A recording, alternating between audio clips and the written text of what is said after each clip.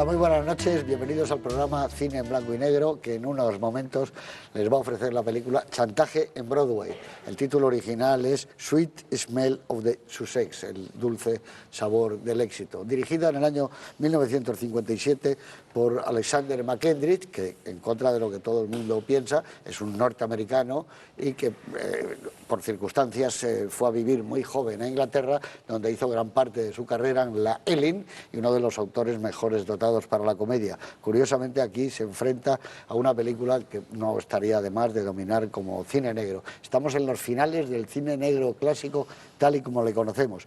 Un año después va a hacer Orson Welles Sede Mal y un año antes se ha hecho El beso mortal. Esta no es una película donde haya pistolas y donde no hay detectives, pero de todas maneras es absolutamente una película negra. Está basada en una novela corta de Ernst Lehmann, el maravilloso, extraordinario guionista de Hitchcock, entre otras de Con la muerte en los talones, y enfermó. Él incluso pensaba que podía dirigir la película y entonces llamaron para que terminara el guión nada menos que a Clifford Odets, el gran dramaturgo de los años 30, el hombre de la conciencia social del teatro americano, el Bertolt Brecht de Manhattan. Y él no solo cambió parte del guión, sino que prácticamente hizo todos los diálogos de arriba abajo. La película está más o menos basada en Walter Winchell, que era el gran columnista norteamericano de la época, tenía una audiencia de 60 millones de lectores, además tenía un programa radiofónico donde quitaba y ponía prácticamente en la Casa Blanca lo que se le antojaba. Hacía estrellas del cine de la noche a la mañana, los políticos le tenían realmente comiendo en su mano. Y ese fue el motivo por el que tardara tanto tiempo en adaptarse al cine, porque Walter Winchell se movió para que esto no se pudiera llevar a cabo, porque se sentía bastante, según él, ultrajado. Pero Burt Lancaster y su compañía Hitch Lancaster lograron poner en marcha el producto. Y contra todo pronóstico, Alexander McKendrick hace una obra maestra incontestable. Una de las grandes películas donde mejor se ha visto Times Square, el mundo nocturno de Nueva York, los clubs. Aquí sale el 21, pero realmente tenía que haber sido el Store Club, que es donde Walter Winchell, como JJ Hansacker, que es el protagonista, Burt Lancaster, tenía su mesa privada, su booth, que dicen ellos, su teléfono desde el que él controlaba absolutamente todo.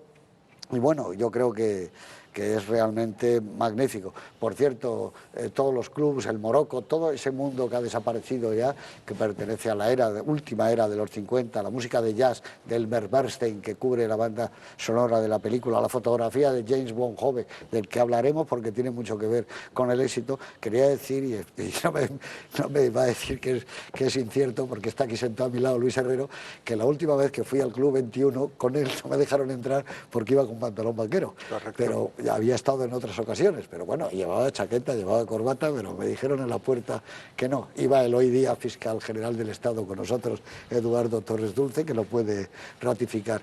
Aquí sale el Club 21 en todo su esplendor y vemos un mundo de corrupción absoluto en la película, y para eso están aquí tres enormes y fantásticos periodistas para que hablen de ese columnismo, de ese gossip que dicen ellos, del cotilleo, que fue capaz de levantar y tirar por tierra verdaderas gentes de un enorme talento. Pero la centraremos más sobre el cine negro, sobre la corrupción. Y solo un apunte, y ya termino, que me he enrollado mucho.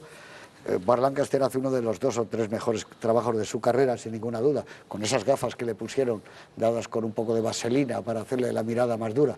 Pero desde luego Tony Curtis hace un trabajo memorable. Su Sidney Falco es un tipo para las antologías. No se puede ser peor, es incluso peor que JJ Hansacker. Más ladino, más cruel. Como dicen, si se le mordiera realmente te envenenabas porque tiene veneno en sus venas. Luis Herrero, buenas noches. Buenas noches. Bueno, tú como periodista, aquí estás rodeado de tus compañeros periodistas. ¿Qué te parece esta visión del periodismo americano cuando aquí no se sabía todavía lo que era un columnista, en esos años 50? Pensaba que es la película que nunca hay que poner para hacer amigos con el periodismo, porque es la película más ácida, más cruel, más brutal, en la que no hay un solo periodista. Bueno, hay alguno que tiene algún rasgo en un momento determinado de decencia, desdiciéndose de comportamientos pasados, pero no hay contraste, no es el policía bueno, policía malo, el periodista bueno, periodista malo, es una colección de periodistas a cual más inmoral, o sea, donde no existe ningún límite, donde no se respeta nada, absolutamente, que no sea el poder, la ambición, en fin, la búsqueda del éxito a cualquier precio. Y desde luego no es una película que nos deje en buen lugar, o sea, las cosas como son. Habrá que decirle a todos los telespectadores que es una caricatura que sale muy cargada, que el periodismo no es siempre así, que efectivamente eso ha ocurrido algunas veces. Es una película que me recuerda mucho, cambiando el ámbito, una película que también se basó en una novela que ganó el Pulitzer, que es Todos los hombres del rey, el político, donde poniendo el foco en vez de en el periodismo en la política te das cuenta de exactamente ese mismo... Es una disección brutal, aterradora, de la mala condición a la que puede llegar el ser humano cuando lo único que pretende es, en fin, es la ambición, o sea, buscar beneficio propio sin parar en ningún precio, ¿no? Y desde luego es una de las películas más inquietantes, más duras que yo he visto nunca en el ámbito del periodismo y en cualquier otro ámbito. Como tú bien decías, no hay pistolas, hay tan solo una insinuación de una pelea a puñetazos, que es bastante como para cargar de tensión, incluso física, lo que es la historia, pero sin pistolas y sin violencia explícita. Es una película de una violencia interna terrible, para mí descomunal. Como dice, yo quiero the best of everything, quiero lo mejor de todo de arriba. Y hay una frase en esta película que no está traducida en español. Muy buenas noches, señor Gistau, don David, que él dice al salir y respirar el aire de Manhattan a las 2 de la mañana cuando sale del Club 21, que en inglés dice I love this dirty city. Adoro esta mierda de ciudad, que es lo que dice JJ. Es muy importante recordar que cuando dice que gusta esta ciudad es porque acaba de ver una pelea. Entonces, lo que adora... Es una foto de Ouija, esa imagen, ¿verdad? Una pelea, la gente... Pero lo que adora de la ciudad es que es el lugar ideal para que un periodista como él obtenga argumentos con solo pisar la calle. Porque ese elogio de la ciudad lo pronuncia nada más contemplar delante de un club un incidente entre borrachos, si no recuerdo mal. Por eso adora la ciudad, porque es verdad que los periodistas, al menos los que entienden... En la traducción han puesto adoro esta ciudad y él dice adoro esta ciudad de mierda. Sí, sí, dirty... Pero hay una forma de entender el periodismo que tiene en la noche y en los clubs el caladero de historias, es así. Y nadie como este JJ representa esa vocación. Es muy cruel haber traído a 3 periodistas para comentar esta película, porque nos estás enfrentando al lodazal moral en que puede llegar a convertirse en nuestra profesión. Además, hay escenas y situaciones que me parecieron demasiado enfáticas para lo que yo he vivido personalmente en la profesión, pero hay otras que me recuerdan muchísimo. El poder, yo me he acordado, siendo evidentemente una buena persona y no una mala persona, me he acordado, por ejemplo, del poder de las negritas de Umbral. Umbral sí era un hombre que era capaz de concitar a una serie de gente que le reverenciara con tal de convertirse en una negrita suya, como ocurre con JJ, con la columna de JJ. En ese sentido hay cosas parecidas.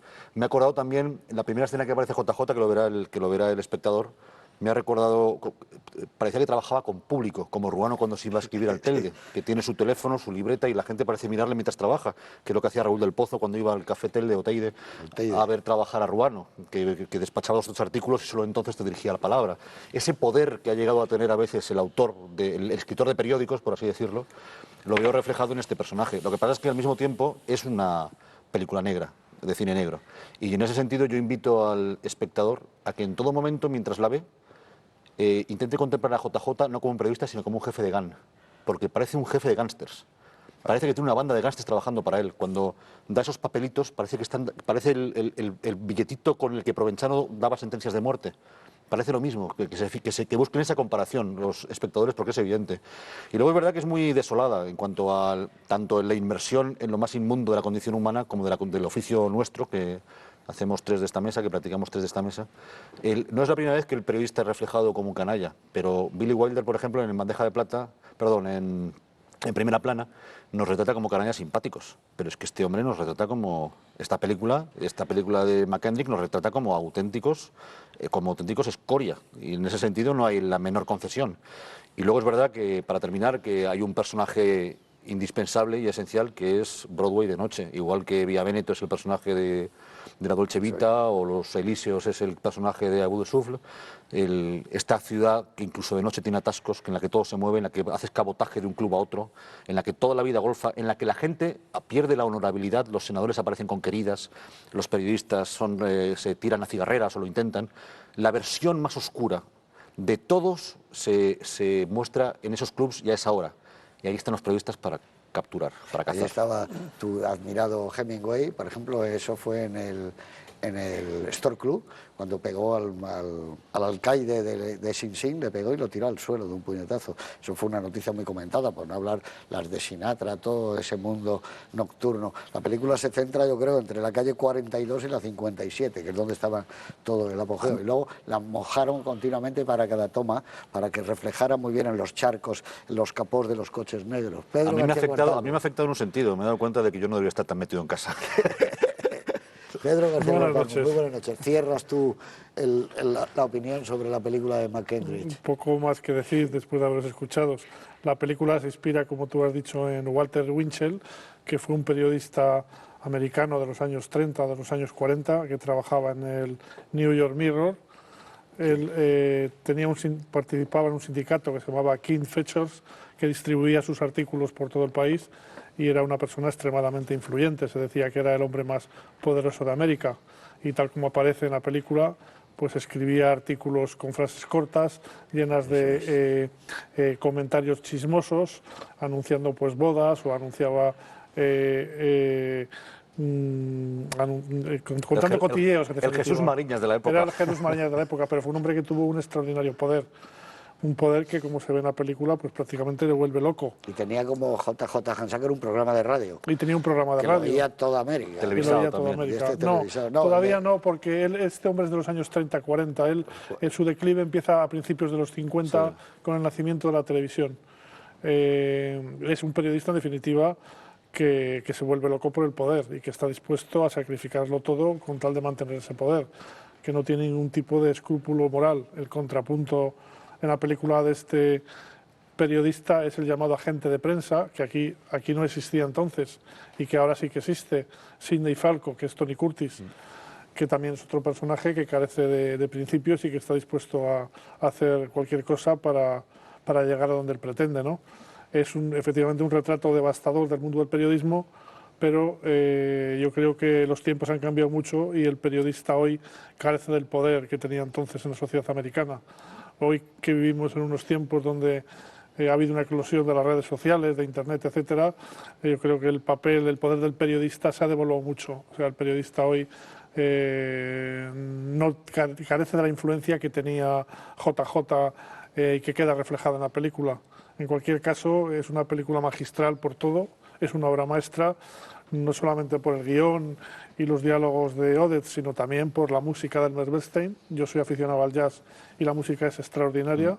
La fotografía, la escenografía de la película, ese tono negro que tiene, es decir, esa falta de luz en la película que hay, donde yo creo que no hay prácticamente ninguna escena rodada en exteriores, muy pocas. Todo se desarrolla en los clubs, en interiores, y realmente me parece, vamos, una obra, yo no la había visto y realmente me he quedado deslumbrado por esta película. Muchas gracias. Y otro elemento fundamental del cine negro, nocturnidad. La película es nocturna, toda la película es noche, interiores y sobre todo eso que el director, como le llamaban ellos de fotografía, el chino, Bong Joon, pidió que mojaran y regaran las calles. Solo tuvieron un problema, según cuenta McKendrick en sus memorias, que entonces ya Tony Curtis era una estrella. Había hecho ya trapecio con Burt Lancaster, bueno, ya había hecho el Gran Houdini y era una estrella. Y aunque acordonaban bien las zonas donde iban a rodar en Times Square, las chicas, sobre todo las fans, eran tremendas, rompían continuamente los cordones y se tiraban a Tony Curtis porque lo querían sobar, tocar, besar, y era tremendo, rompían los cordones policiales porque era una estrella.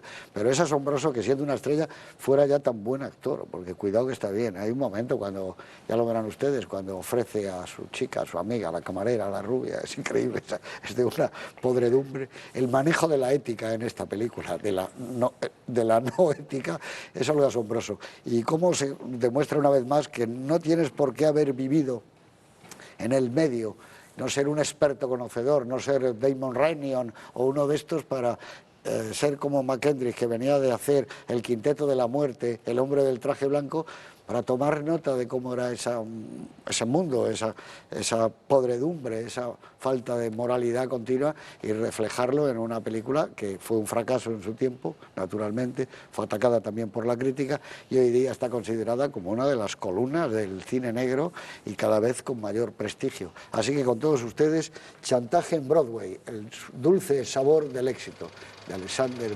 McKendrick.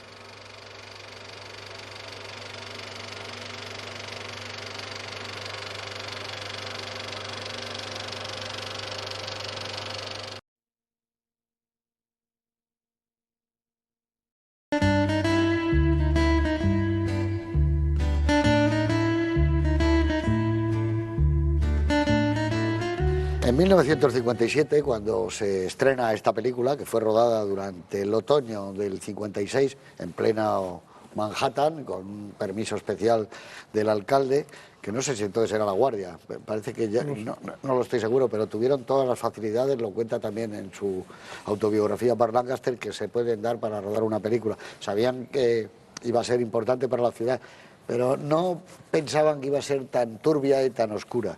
En ese año, digo, en el 57, en Estados Unidos, Jack Kerouac publica un libro que también va a marcar una época, En el camino, on the road, y hace años que, por cierto, lleva Francis Ford Coppola diciendo que lo va a filmar y no termina de hacerlo nunca. Esperemos que no sea otro proyecto que tenga que arrinconar, como ese maravilloso era Megalópolis, que era la historia de la conjuración de Catilina en la bolsa y en los grandes centros del dinero de Nueva York. En Inglaterra, John Osborne irrumpe en el teatro de una manera fantástica con una obra que también va a marcar, no ya una época, una generación, Mirando hacia atrás con ira. Por cierto, en el cine la dirigió Tony Richardson con Richard Burton. El Real Madrid se proclama campeón de la Liga de Fútbol, estamos en el año 57, y desde entonces va a ganar la Champions League, la Copa de Europa, hasta el 60 sin parar.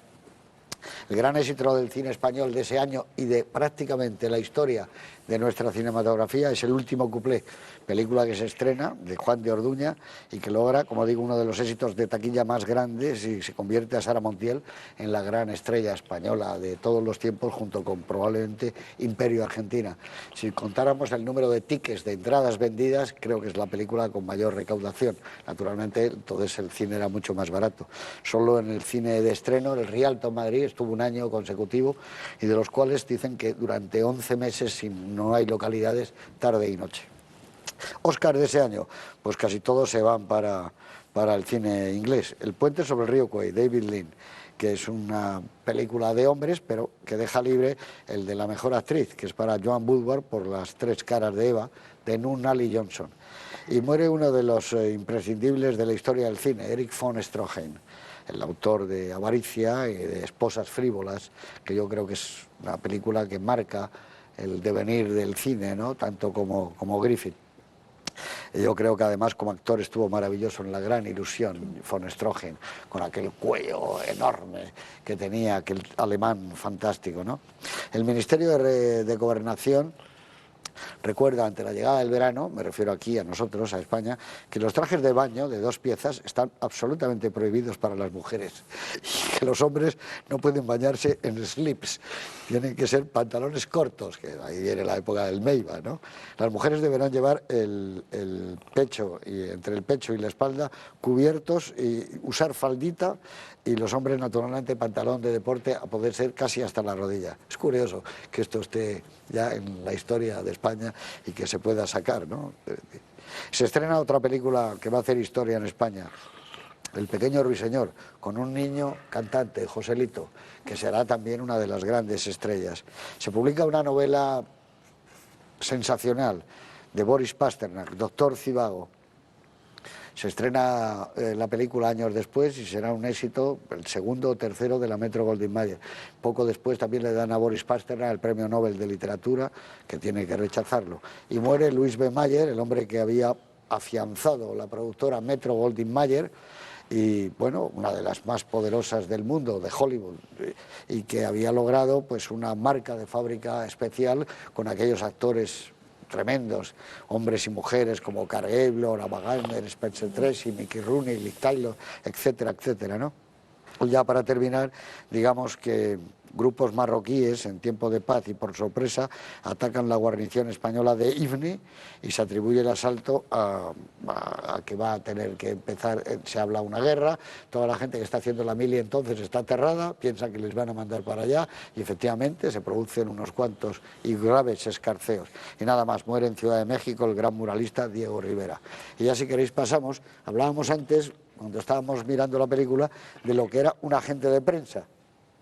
Y yo os contaba que el autor de la novela y del guión, Ernest Lehmann, había sido agente de prensa de los 20 a los 24 años, había trabajado con Walter Winchell y por eso en venganza escribió este retrato y dice que se quedó, pero con muchas cosas en el tintero y que todo lo que sale es verdad, de poder liquidar, ¿no? Aquí además hay un tema que en España por eso tampoco se estrenó la película, nunca se ha estrenado la película en España, es el tema del incesto, que está clarísimo, entre JJ Hansacker y su hermana jovencita de 20 años, hay una especie de celos incestuosos continuamente en la película y le llevan hasta sí, pueda ser el crimen. La obra era mucho más dura, acaba con que ella se tira por la ventana y a él lo matan, a Sidney Falco. O sea, pero que parece ser que eran historias cotidianas en ese mundo en donde se vivía, como dice David, gángsters, eran gángsters, ¿no? Efectivamente, la figura del agente de prensa era muy usual entonces y aquí no existía. Yo creo que eso es aquí mucho más reciente y es lo que aquí entendemos, como estábamos comentando, como un relaciones públicas.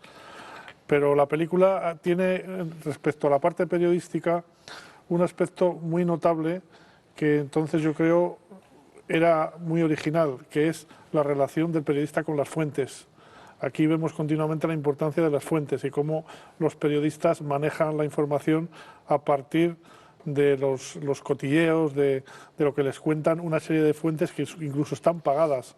Es una manera de ver el periodismo desde el punto de vista, desde la parte, digamos, de los trasfondos, de la parte más oscura. Pero fíjate tú que hay una cosa, siguiendo con lo que tú dices, que es tremendo, que es cuando él lee con anticipación la columna, se da cuenta de que pone bien a un cómico más o menos, que no es muy importante, y no le importa cargarse a su representante ni a nada. Dice, yo te voy a llevar, yo voy a hacer fulano. Eso es maravilloso, como está hecho.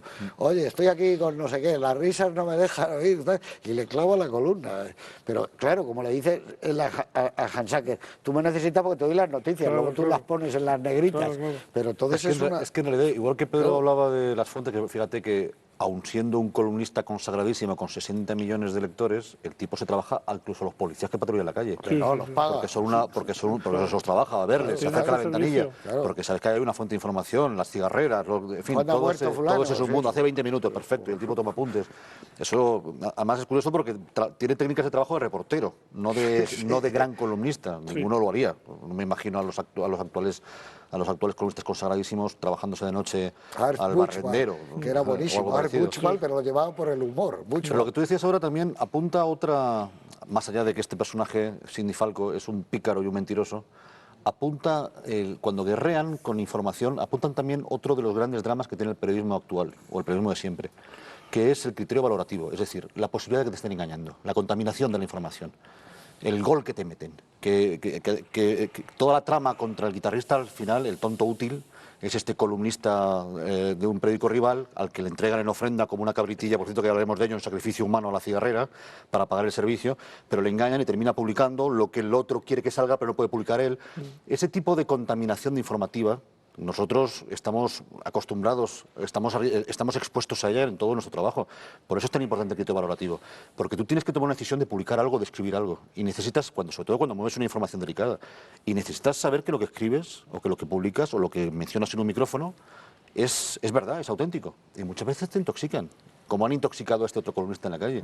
O sea, que en realidad, yo ya digo que reconozco algunas cosas y otras no de mi experiencia profesional en esta película, pero entre las que sí reconozco está eso, el peligro, el cómo un columnista, alguien que tiene un poder de crear mitos culturales o políticos con lo que escribe, es acosado por todo el mundo, es un personaje reverenciado, y de cómo el periodismo esconde detrás la calumnia, la difamación, el ajuste de cuentas, la intoxicación, todo eso. Bueno, pero hay un periodista que hay un momento realmente de los pocos que tiene la película que es grande, que es cuando el otro dice, ¿qué le vas a decir a mi mujer? Que estoy con una, venga, díselo. Es el único que se comporta con dignidad, pero antes no ha sido digno, porque antes ha tenido... Antes no, pero es el la único... mujer le dice, nunca te has No, visto pero ha así. sido indigno en lo personal. Es el único periodista de toda la película que no ofende el oficio, porque no está dispuesto a aceptar un chantaje y a publicar algo basado en un chantaje. No acepta el papelito este que le trae el jefe del gang, el Y es JJ. de los pocos momentos en los que se ve que ha habido un pasado más o menos limpio, porque su mujer no es que nunca te había visto así, sino hace tiempo Sí. que no te veía reaccionar Tan de esta digno, sí. manera, como diciendo hubo un pasado. Es curioso porque a mí eso pasa en el papel de Curtis, pero no en el de JJ. Curtis sabemos que tuvo un pasado más honorable, porque en esa relación claramente de amor no correspondido que tiene con su ingeniero secretaria, ella sigue creyendo en él y sigue creyendo que podía llegar a ser una persona que tuvo una serie de valores y que los ha perdido porque se ha metido en esa batalla de alcanzar el gran sueño, cueste lo que cueste, y llegar tan arriba como pueda para que nadie nunca me pueda derribar. Ahí sabemos, por esa referencia, que hubo un pasado donde esa persona tuvo ideales limpios, como en ese periodista sabemos que tuvo unos ideales más o menos limpios. Son los dos únicos casos. En todo lo demás llegamos a una escena ya de corrupción absolutamente consumada. Pero fíjate, yo venía pensando cuál sería la palabra que podría describir más o menos el leitmotiv de la película. Es verdad que hay corrupción, es verdad que hay poder, es verdad que hay inmoralidad, es verdad que hay todo, pero sobre todo hay manipulación. Es decir, es la manipulación en su más amplio sentido de la palabra. Es la manipulación informativa, pero es la manipulación de las personas. Es cómo manipula en un momento determinado.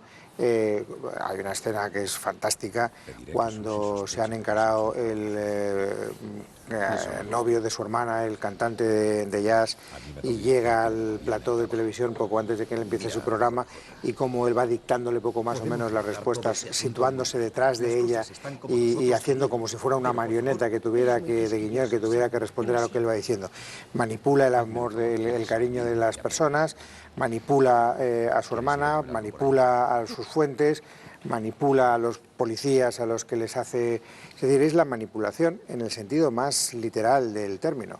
Y a mí me parece que esa es la gran, digamos, fuerza de la película, cómo te envuelve en ese mundo de manipulación constante, de todos contra todos. ¿Te has fijado, Luis, además, que el arranque de la película es un retrato romántico de un periodismo que se está extinguiendo? Porque ahora que el periodismo va camino de la tableta, del iPad, cuando ves las rotativas, la prisa por cargar las furgonetas que van a repartir el periódico, todo eso, la película empieza como un homenaje al viejo periodismo que yo incluso he tenido tiempo de conocer antes de que migre hacia el iPad, hasta que cae ese atajo de papel que cae como un ladrillo. Ese papel ya se parece al que otro Walter Lippmann decía, la frase de Lippmann, no olvides, muchacho, que tus exclusivas de hoy envolverán el pescado mañana. Ese papel arrugado, que cae como una piedra, que agarra el kiosquero, que es feo y tiene una voz horrible. En ese momento, ya está. Han tenido los créditos, hemos dejado de homenajear al periodismo. Ahora empezamos a contar cómo es. No, es que ese homenaje se termina en el mismo momento, porque ese fajo de periódicos que tú dices es una metáfora fantástica de cómo puede golpear con un puñetazo el asfalto de la ciudad. Y que es arrugado el papel, es feo, está desordenado. Aquí llega el gran puñetazo sobre la ciudad. Es decir, la prensa viene a sacudir... Y la gente lo está esperando. La tranquilidad. ¡Bumba! Y entonces cae como si fuera una especie de bomba. Un vespertino, ¿no? Que empieza la noche y... Es tremendamente expresivo. El arranque es impresionante. Los Es muy primeros bueno. 20 minutos, yo la primera vez que vi la película, te quedas impresionado. Dices, pero esto no tiene nada que ver con nada, ni del cine americano, es el ritmo que tiene, los clubs, él siempre va. Tú te das cuenta que mientras JJ Hansecker, Burt Lancaster, está quieto, clavado, es como un monolito, no se mueve, es de una precisión maravillosa. El Sidney Falco no para de moverse, no para de los moverse. ojos, las manos, el cuerpo, camina por un sitio a otro. A veces parece un por otro. perrito que se ovilla en los pies de JJ, se cambia de humilla, ropa. enciende cigarros. ¿no? Pero- Una mascotita ¿Cómo explica que pequeñecilla a su lado. que se ha liado con la secretaria, que ya no la quiere para nada, se desnuda delante de ella, se pone los pantalones, se cambia, no cierra la puerta? Es una cosa... Esa es la primera, que bien lo explica todo. Esa es la primera gran escena de crueldad de la película. Cuando él ha comprobado en el periódico que no mencionan al cliente suyo en la columna de JJ y tira el periódico a la papelera, y llega a su oficina, que es su oficina apartamento, está la cama dentro. Y la secretaria, no recuerdo las palabras exactas, pero quiere consolarle porque está enfadado porque tiene un fracaso. Y poco menos se sienta sobre la cama diciendo, oye, si te consuela hacer el sexo conmigo, aquí me tienes. Y él reacciona con crueldad, diciendo, ¿qué vas a hacer ahora? ¿Qué quieres? ¿Que me vaya a tus brazos? No, pero ella está dispuesta incluso a eso, a un sexo terapéutico, si es lo que necesitas. Esa agencia de publicidad que está cogida de una fotocopia, un papel pegado allí. ¿Cómo es eso? Con la habitación, el despacho, la máquina de escribir, pero sobre todo la sensación de, dice, estos han tenido era la chica que estaba con él, pero que ya para él, es que no la ve, él a la secretaria. Ni la mira. Pero ya, si todas las no mujeres de la la película sufren muchísimo. La cigarrera no te cuento, la pobre cigarrera, que tiene a su hijo Tiene- en la academia y le tocan ese resorte para que se prostituya y para que ceda. Hay una que no, hay una que es tan canalla como los Sí, la hombres, que es la secretaria de secretaria de JJ, que es capaz Sí, de verdad. dejar que lea la columna y de ponerse, verdad. digamos, al Y nivel le hace de gracia los- y me vas a invitar a cenar, Eso sí, pero es. las demás sufren. Y luego está esa versión escabrosa, claro, que es central en la película, que es el tema del incesto, tú lo has dicho. Está muy bien filmado. Hay un momento en que Hansecker va a ver el dormitorio de su hermana y la mira entre las cortinas, y luego cómo la toca el pelo, cómo la besa, cómo la mira. O sea, está todo sugerido, no hay nada... No, y hay una cosa que es tremendo, que es cuando él dice, salvo que tú quieras escribir la columna. Y, ¿cómo? Y dice, sí, durante 3 meses yo me voy a ir con ella. Se va como un viaje de luna de miel. Ha quitado al rival y dice, y en 3 meses ya veremos. Y te dejo la columna. El otro se la queda mirando y dice, bueno, esto no Lo lo siento. ve. Claro, entonces esto es otra historia. Si ahora ya me vas a dejar la columna, porque explica muy bien eso que tú decías de párrafos cortos, porque él cuando mira enseguida ve si está el nombre o no está el nombre, enseguida, es lo que era la columna, ¿no? Pero eso me recordaba Umbral. ¿Cuánta gente no agarraba el mundo, Sí, a ver, le daba es la que vuelta y miraba las negritas para ver quién salía? Si eso salía, era lo importante, si salía la él. negrita. Y, Ayer estuve y en había una gente que fiesta- no superaba esa lectura, que solo miraba quién salía en las negritas. Ayer estuve en una Para cosa que encontrarse o estaba no, él, es y igual. estaba. Es igual, es lo mismo. O sea, eso que hace Tony de Curtis, de Falco, de buscar la negrita y no encontrarla y tirarla enfadado, ¿cuántos no lo habrán hecho con una columna de Umbral? De todas maneras, fijaros ahí, antes hablaba David, y tú has sacado a relucir el momento este en el que le dice que va a hacerse cargo de la columna durante 3 meses. ¿Cómo podemos ver en el transcurso de lo que es el argumento de la película todavía la degradación en su desarrollo? Porque decías, no, es que Tony Curtis ya es un tío desesperado. No, es un tío desesperado, es un tío corrupto, es un tío sin moral, que todavía se va hundiendo más en el fango conforme avanza la acción. Y eso se nota en un detalle maravilloso, que es cuando consigue sentarse en la mesa donde está JJ con el senador, la querida del senador y el agente de prensa. Se sienta detrás. Entonces él, poco menos que para exhibir que lo tiene absolutamente cogido del lazo como un perrito, le pide que le encienda Match me, y dice, hay cosas Enciende, por las que todavía no paso. Sí. Y luego lo hace. Y sin Pero embargo luego lo luego, hace, luego lo hace. cuando le ha dicho te vas a quedar toda la columna, entonces él ya lo hace como diciendo, ya, si me quedaba un rasgo de... ahí te lo entrego también como ya el último tributo de mi propia dignidad. Bueno, esa aparición de JJ, esa escena que tú dices del, Esa es del maravillosa. senador, Se es sienta increíble. Su detrás. aparición es increíble porque además ves que está instalado en su casa, en su oficina, con su teléfono al lado. Ahí es cuando me recordó aquella, yo creo que lo he leído en alguna columna de Raúl del Pozo, cuando los jóvenes aspirantes iban al café a ver cómo escribía Ruano. Y nadie, pues, la gente le contemplaba Respeto escribir. absoluto. Y él con su dandismo terminaba, y cuando terminaba César- te ofrecía conversación. Y César decía, ya estoy escrito. Ya estoy escrito. Y te ofrecía Se conversación. acercaba y, Y, ¿cómo además, hay que hacer? y está el otro elemento del que te dije, es un senador de los Estados Unidos, del cual luego sospechamos o sabemos que la rubia es su amante, que se lo ha traído con... Es decir, que está quiere todo, ser actriz. está todo el mundo expuesto en su reverso tenebroso, en esos clubs. En Pero esa hay una noche. frase genial de Clifford Odets, que es cuando le dice, tengo la sensación de que siempre que hablas parece que amenazas. Hablas, y es verdad, es una Eso amenaza. sí. Cada vez que me hablas es como si me amenazaras. Y es verdad, y era un compañero suyo de colegio, ¿eh? Y le dice, óndate con ojo, le dice al político.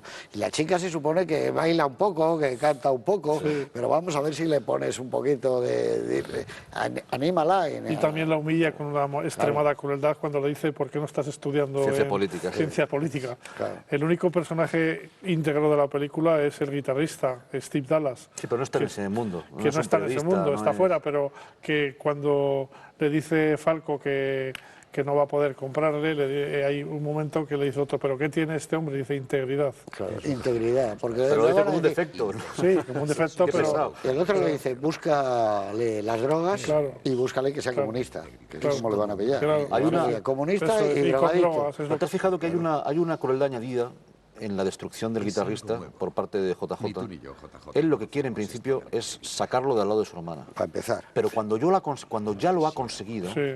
llega más lejos y lo que quiere es destruirlo, Destruirlo. literalmente. ¿Por qué? Porque hablan mal de su columna. Porque le he dicho, habrá 60 millones de personas que le leen. Usted está hablando pero- mal de América. Pero usted es un falso y usted es un... Bueno, le dice, usted es una vergüenza Sí, nacional. es una vergüenza nacional, se ampara en el patriotismo, pero es todo mentira. Y el otro busca un pretexto de conciencia y dice, ha ofendido a 60 millones de lectores. Sí, a 60 millones. Cuando, ¿no? ha, Ahí, cuando claro. ha ofendido su ego, su vanidad. sí. Y es cuando decide darle una vuelta más a la destrucción del tipo. No se conforma ya con quitarle a su hermana, con romper la relación. Quiere destruirlo literalmente, quiere que acabe en la cárcel o quiere que acabe muerto. Y Bueno, es es cuando que- llegan ya a una artimaña Claro. que ya no es, ahí ya no es periodista, cuando le mete la droga en el abrigo, eso Claro. ya es gangsterismo puro y duro. Sí. Lo que pasa es que él se considera por encima del bien y el mal. Él efectivamente se considera la voz de América. Claro. O sea, lo que era Walter Winchell. Los ojos de América. Los ojos de América, que es el La logotipo cabecera. del periódico, la cabecera del periódico que figura en las camionetas de distribución de los periódicos. O sea, él es un símbolo del periodismo nacional.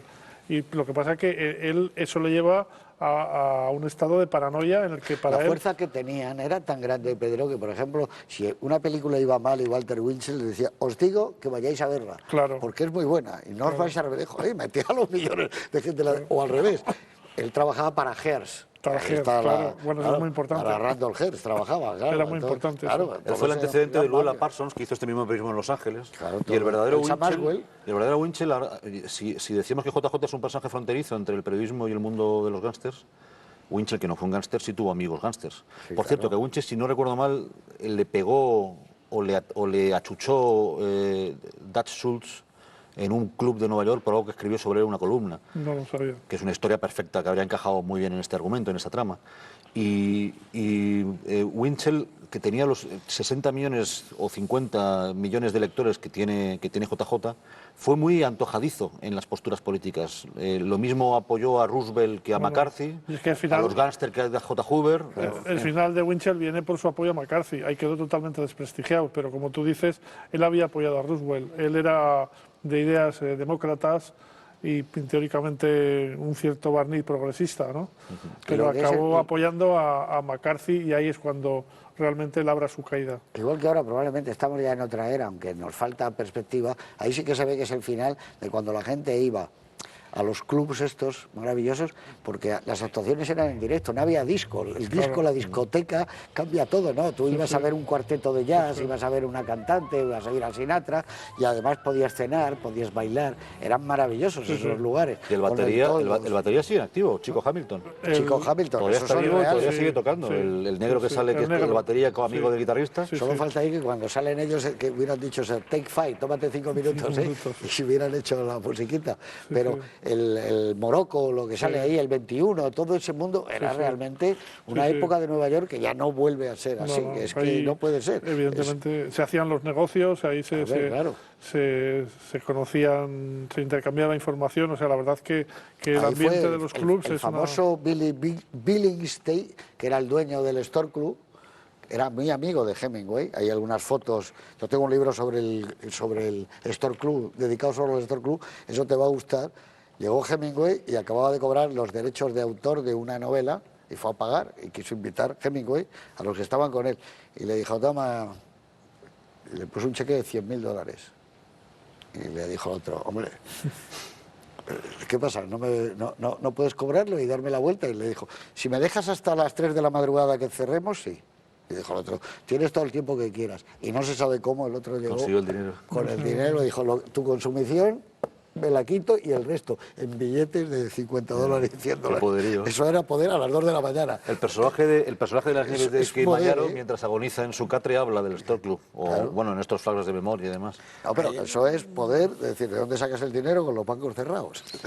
Hay un bar Cash. muy cerca de donde transcurre la acción, que es Sardis, que es donde Sí, la claro. gente esperaba El teatro. las críticas teatrales al día siguiente, escritas sobre la marcha. Esa Ellos- noche, esa Le homena- noche. esa eso misma lo- noche. ese restaurante, ese diner es el que homenajea, si no me equivoco, en Broadway, Danny Rose, Woody Allen. Sí, claro, Sardi. Sí. Ahí, Neva al desnudo, en todos. Ellos se van y dicen, ahora vamos a tomar algo, unos sándwiches, y estar esperando. Y a la una Aparece el salen las periódico. primeras ediciones con las Claro. críticas y empiezan a mirar de todos los periódicos. Pero fíjate, los críticos, eso sí que tenían que hacerlo. Terminaba el espectáculo a las 11, 11 menos cuarto. Pero aquí esperándole con existía- el hueco. es- ¿Te más- acuerdas que existía la costumbre aquí, no hace mucho tiempo, de ir a los VIPs a comprar los periódicos Sí, a las sí, 12 de la claro. noche? Ahora está en el iPad. Todos es que todo- hemos dicho, ahora lo está que en pasa el iPad, todo que ha ahora ya cambiado. no va nadie, evidentemente. Aquí no. iban en moto a recoger a los cronistas Claro. de boxeo, que acababa el boxeo a las 12:30, a la 1:30. Eso me lo ha contado a mí Manolo Alcántara y Vadillo, y tenían un motorista, ellos les cogían el motorista todas para formas- que no hubiera- y los llevaba y ya iban pensando en la crónica, crónica. y ya la hacían, y según escribían, llegaba un chico de talleres, ¡fum!, sin poder releerla. Para picar los... Bum, y así ir a lo la- llevaba. los textos Pero de la igual, noticia. como acostumbrado a trabajar en un periódico, a mí hay horarios que no... y además he pensado en eso, que esto es algo que no habrán pensado más que los que trabajan como nosotros. Pero a mí hay horarios... A mí me parece una proeza, por ejemplo, que el columnista... No recuerdo el nombre, el columnista que se acuesta con la cigarrera. Le hayan captado en el club a las 12 de la noche, 1 de la madrugada. Haya tenido tiempo de irse a la casa de estar con la chica y escribirla. y de escribir para aparecer en la primera edición de la mañana del día siguiente. Claro, no se acuestan. A mí no me cuadra eso. No, eso es su crónico, pero lo que es verdad es que los horarios en el periodismo han cambiado mucho. Cuando nosotros empezamos, Luis y yo, que somos más mayores que tú, se entraba a trabajar en las redacciones por la tarde. Y se cerraba- Y se cerraba el cerrar a a la las 1:30, 2 de la sí, mañana, los bueno, periódicos. Yo llamaba a las 12 de la mañana y no había nadie. Y luego lo normal era que nos fuéramos a tomar copas al Latino, esos sitios que había. O a jugar al póker en la redacción hasta... Y luego, que efectivamente, en despertaba las el sol. redacciones se jugaba y había whisky. Todos teníamos whisky o teníamos ginebra en los cajones. Yo me acuerdo de haber bebido de cerrar y de haber se tomado unas fumaba. copas. Y Ah, todo por el mundo supuesto, fumaba. O sea, ahora Era ese obligatorio, ambiente- de hecho, fumar en las Es decir, redacciones. y ese ¿Has visto ambiente- Falco y estos? Sí, sí. ¿Cómo fuman? Claro, y luego tenías que bajar a los talleres, a ver las páginas, a cortar las líneas. O sea, el periodismo tenía una materialidad que ahora ya no existe. Ahora, pues todo es electrónico, todo es virtual. Se cierran las ediciones a las 10 de la noche. O sea, ese carácter bohemio que tenía la profesión se ha perdido. Yo siempre digo que por lo que oí en casa y por lo que he oído después, porque yo era muy niño, lo más parecido a un ambiente periodístico adaptado a Madrid, evidentemente, que cuenta esta película, debía ser el Diario Pueblo, de los años 70. Sí, sí. Por el tipo de vida que yo los sé que estaba. Y el diario de arriba. que se llevaba ya. El diario de arriba que era, digamos, el competidor de la época del diario Pueblo, porque Además era un vespertino, Pueblo, tenía como- un... Sí. Bueno, Diario de la tarde.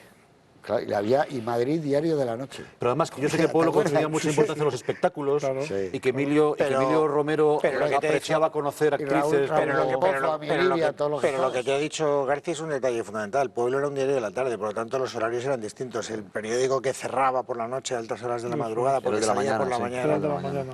Y Pero tú era- fíjate que había Diario Madrid y en la cabecera, Diario de la noche.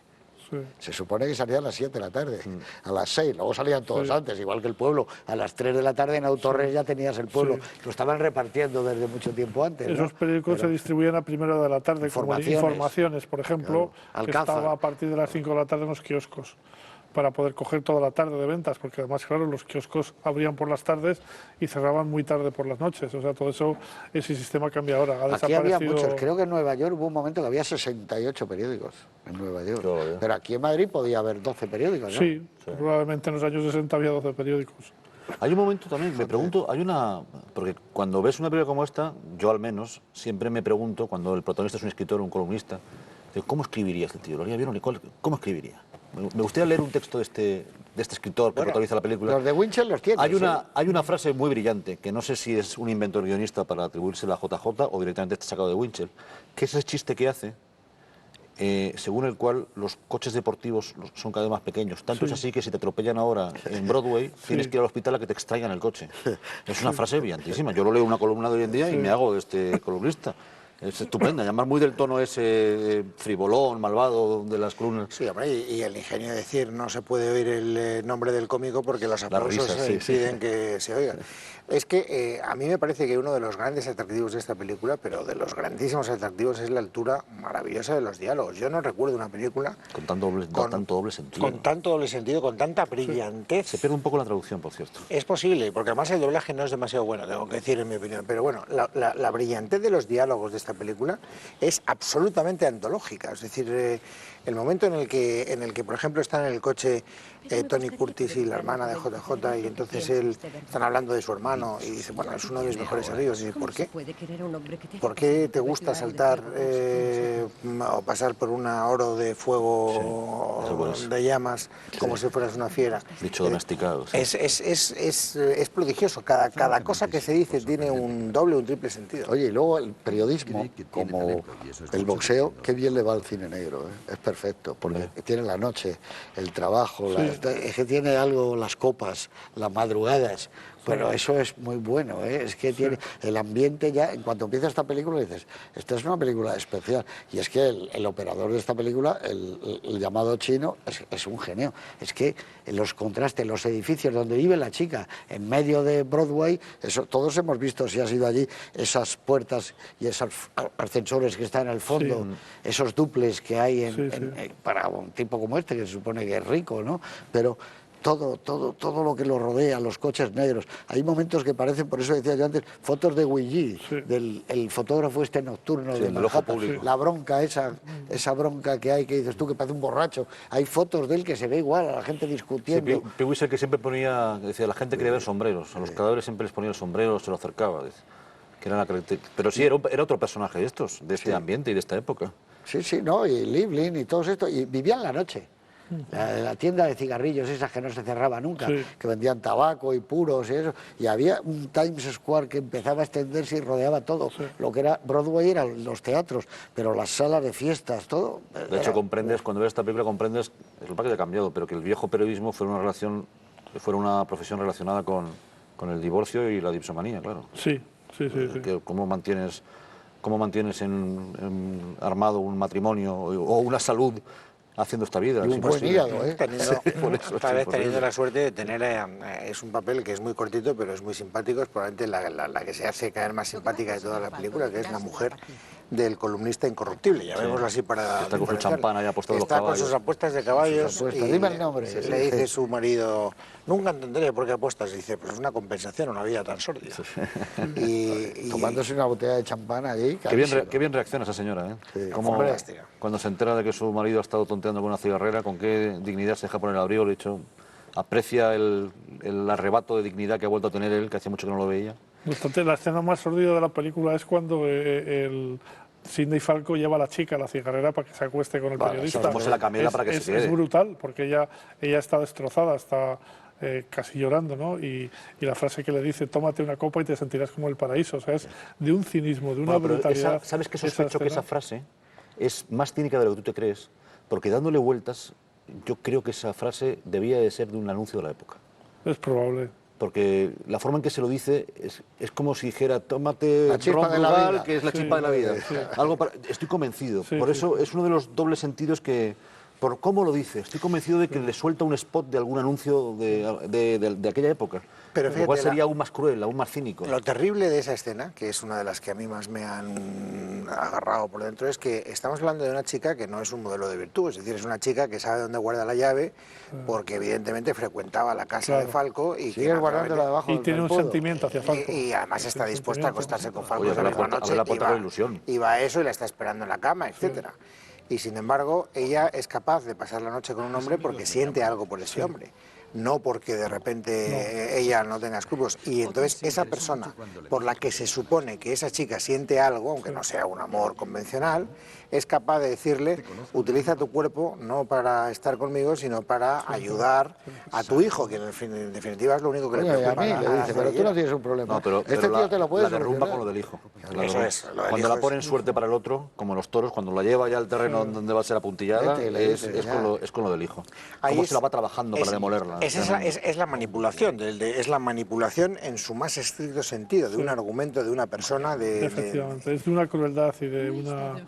Ella da una pena, pierde un zapato, cojea... Bueno, es que esa escena en la que ella se dirige al él coja, como diciendo... Como si estuviera borracha, pero no está. Lo que estás con un sí. tacón sí y otro no. Como si de repente la hubieran descoyuntado y tuviera que andar coja porque le han dicho, me han cortado todo, es decir, me han dejado mutilada, ¿no? Sí. Y además, si no recuerdo mal, el diálogo cuando él insiste mucho en que la recuerda de La Habana, Sí. de Florida.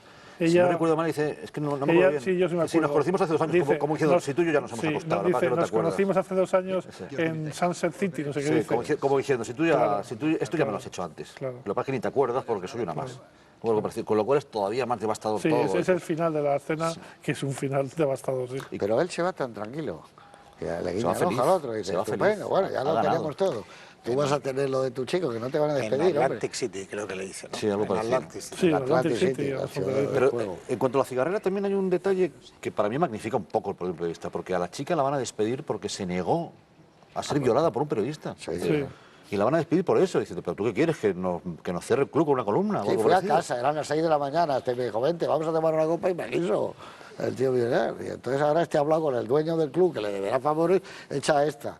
Y eso lo van a poner en la calle, la de los cigarrillos, ¿no? Sí. Aquí le dicen la cigarrera, la chica que vende cigarrillos y ositos de peluche, que son los que suelen vender. La esas pobrecita tiene cositas. a mí es uno de los personajes que más me han llegado de la película. Tiene una pinta de imitadora vieja de Marilyn, con ese teñido sí, rubio. la Es está fantástica, estupenda. es actriz Sí, secundaria, es no un sé cómo se llama, pero es extraordinaria. Igual que la hermana de Claro, JJ es muy bella, tiene mucha inocencia en la cara, esta otra es mucho más turbia, tiene, no sé, me parecen los personajes más logrados de los secundarios, la cigarrera. Se llama, según veo aquí en mis notas, Bárbara Nichols. Bárbara Nichols. Pues Es hace una un papel actriz estupendo. extraordinaria. O sea, A mí- lo que tiene que a transmitir mí ese me personaje llama- lo transmite. Yo no la conocía, no me suena. La has pero- visto en muchas películas a ella. Fíjate tú que uno de los libros sobre Mankiewicz que escribe Philip Gale se llama Letal Inocencia. Y es un poco porque... ¿Os acordáis de una película que hizo él que se llamaba Viento en las velas? Sí. No, Que al yo final no. los Sí, sí. niños hacen que los corten el cuello y los ahorquen a todos. Anthony Quinn, a todos. A los piratas, que les han Sí, sí, tratado muy sí. bien a los niños, luego llegan ellos a Londres y dicen, no, no. Como hizo Julio César con sus Fuera, secuestradores. y los liquidan. Tiene algo de eso, y aquí hay como esa letal inocencia en algunos personajes, la chica, la del cabaret, pero a mí lo que me gusta mucho es el ambiente también conseguido de cómo van vestidos. Él entra, nada más entrar Tony Curtis, y uno quiere hablar con él y dice, luego te veo. No le mira. Todo es el mundo que pulula por esa Además, a noche. Tony Curtis, cada vez que se lo dicen varias veces durante la película, cada vez que le dicen eres una víbora, tienes veneno, él lo acepta como un cumplido. Cada vez le gusta que le digan eso. Tienes cara de... Porque hay una... de ice cream, de helado, le dice. Es una cara de helado, es la belleza. Pero hay un componente moral que sobrevuela toda la película. Por eso Tony Curtis se alegra, o Falco se alegra tanto de ser un cabrito. Porque en ese mundo puede ser solamente dos cosas. No, O inocente y estúpido, o malo y ganador. claro. De hecho, fíjate que la hermana de JJ, su ejercicio de madurez, que todo el mundo le reclama que salga de la infancia de bobalicona, su ejercicio de madurez es descubrir la maldad. Cuando hace creer al hermano que Tony Curtis la ha violado para que le dé la paliza, incluso con un poco de suerte para que le mate. Has aprendido. Esa manipulación, claro, pero ha dejado de ser boba, ahora es mala. Parece que no hay otro camino moral que más que ese. O eres víctima y bobo, o eres malo y entonces eres admirable en ese mundo. Hay como una especie de esperanza al final en ese Times Square que empieza a amanecer, la luz de un nuevo día, una luz un poco blanca, pálida. Sí. Parece que eso va a solucionar a lo mejor algo. Por lo menos ella va a ir a buscar al chico ese y se va a ir con él, ¿no? Bueno, y Sidney Falco también se redime al final. Cuando baja a la calle sabiendo que le van a pegar una paliza, se redime porque en última instancia él hay un momento en que se niega a cumplir los deseos del otro. O sea, que no llega a los niveles de cinismo y de miseria moral que JJ. Sí, pero él nunca esperaba que aquel que él llama el gordo grasiento le va a pegar el policía, que está a sueldo del JJ, ¿no? No estoy yo tan seguro que sea una escena de redención, redención, no. Pedro. Tampoco. No, porque además él se da cuenta de que no ha conseguido sus sueños. Es decir, lo que había Ya la alcanzado, lo columna estaba 3 rozando, meses, y, o sea, de repente lo ha perdido todo. Ha perdido... Sí. Pero es decir, yo creo que él, en el último momento él se da cuenta de lo que está haciendo su hermano y impide que se suicide la hermana, y yo creo que sí que hay un momento Bueno, en que él eso es es un impulso, consciente, que no se tire, a ver si me va a matar. pero da la Ese impresión pensé como que al final sí que él es consciente de que ha sobrepasado todos los límites y que hay como una especie de alejamiento de JJ. No Yo sé estoy si tan es que seguro de Pedro, porque además, es una percepción mía muy subjetiva. para empezar, no yo lo estoy sé. seguro de que no deja que la hermana muera porque no saca beneficio de ello. Si sacara beneficio de la muerte de la hermana, la habría dejado saltar. No, hombre, y también por un impulso de, ¿dónde Pero vas? por un impulso y porque no le conviene esa muerte, y ya está. Pero al final todo ocurre tan rápido que no hay una elección moral. Entra el hermano, pone cara de furor, empieza a pegarle y no es... No, hay una cree que se ha acostado con su hermana. Eso, porque... Porque la otra no dice, oye, no, que no ha pasado La nada. hermana sí rompe con su hermano barra marido. La hermana sí, además deja el abrigo de bisón o de piel, que es como muy simbólico de que ha roto la cadena. Pero el otro no rompe voluntariamente, el otro le parte en la cara. Pero es una película, el carácter demoledor, que a mí es lo que más me impresiona esa película que yo contaba al principio, fíjate, sale dos policías, son corruptos, los periodistas que salen son corruptos, salen los empresarios del club local, son corruptos en la medida en que pueden despedir a cualquiera solo porque se lo diga una persona poderosa. un columnista. Sale un político, que es el senador, es corrupto. Es un hombre dispuesto a cualquier cosa. Es decir, no existe un solo un gremio que esté limpio y que salga digno de lo que es esa visión terrible. Son limpios en horario diurno, en horario nocturno no. América ha perdido la inocencia, ¿no? Es esto un poco. Ya hace tiempo. Es la pérdida de la inocencia, de los ideales, de todo. Bueno, queda muy lejos ya la guerra. Estamos en el 57. La novela negra viene de ahí, del Gran Desencanto. Y de hecho esta película en ese sentido ni siquiera es precursora. Ya está en Hammett, en Chandler, ya está... Pero efectivamente todos los que tienen poder son malvados. No hay ninguna sola persona que tenga valores morales. Y que incluso cuando habla con el senador, al final le comenta a Falco, fíjate, este puede llegar hasta ser presidente de Estados Unidos. Es decir, que para triunfar hay que ser un auténtico canalla. Claro. Ahora, ¿y qué me va a decir de cuando él va a entrar en el 21 y el otro dice, ¿dónde? Oye, te he intentado llamar 2 veces, pero no te encontráis. Dice, no, venga, hombre, eso tiene mucha gracia. Venga, y la otra le dice, venga, déjalo, pero hombre, sí, eres un ex agente, ¿no? Le dice, eres mi ex agente. Y te pago $100 para que hagas algo. Te pago $100 para nada. Bueno, ¿cuál es el plano que más te gusta? A ver, probablemente el plano que más me gusta, porque me parece es esa escena en la que están entrando al estudio de televisión, donde se va a poner en marcha lo que es la escenificación que han ido preparando y cómo JJ va manipulando el testimonio de unos, moviéndose detrás de los personajes cuando tienen que hablar, el interrogatorio con el novio de su hermana. Y cómo Tony Curtis lo utiliza para lo que lo utiliza, su hermana lo utiliza, cómo hace saltar. A mí me parece que ese es un plano terrible, cómo se ve además los contraplanos de la propia secretaria. Es una escena larga, pero es una escena para mí inmejorable. Bueno, ¿no? Y además va rodeada de todo su mundo perfectamente. Fíjate, ahí esto cómo está. Ella qué guapa. ¿Y para ti, David? Bueno, yo ya he dicho, a mí la secuencia que más, ya lo he comentado, que más me ha gustado probablemente, sea todo el ejercicio psicológico de corrupción y desmoronamiento de la pobre cigarrera que va a ser entregada en sacrificio humano a un Moloch con barba o con bigote. Pero también me ha gustado mucho, si tuviera que elegir un plano, es la aparición de JJ. La aparición de la estrella, del macho alfa de esa noche, de esa ciudad, aposentado en un territorio propio, con su teléfono al lado y observado por los demás entre humillados y reverenciales mientras le ven existir, contemplan el espectáculo de su mera existencia rutinaria. Y hay tal sensación de poder, es que es como El Padrino, es como Vito Corleone con el gato ronroneando, es la aparición de un jefe de banda, de un jefe de otra modalidad de crimen organizado, que es la derivación al crimen del periodismo organizado. Y esa escena, esa secuencia es poderosísima. ¿Y para ti? Cuando están planeando que él va a grabar, Hans Ecker va a grabar un programa de radio y habla con Falco y hay unos primeros planos en que aparece la cara de Hans Ecker en la sombra y entonces le previene Falco que no va a poder acabar con el guitarrista porque es un hombre íntegro y le dice Hans Ecker a Falco que él está lleno de veneno y es un diálogo terrible entre los dos y sobre todo porque es un diálogo en la penumbra, en la semioscuridad en el que a Falco solamente se le ve una pequeña parte de la cara iluminada por la luz y es una escena que me ha gustado mucho. Sí, a mí me encanta cuando está sentado detrás, cuando le dice eso. Enciéndemelo. Pero es un brazo. Y dice que no. Y están los tres y ellos. Él está asombroso.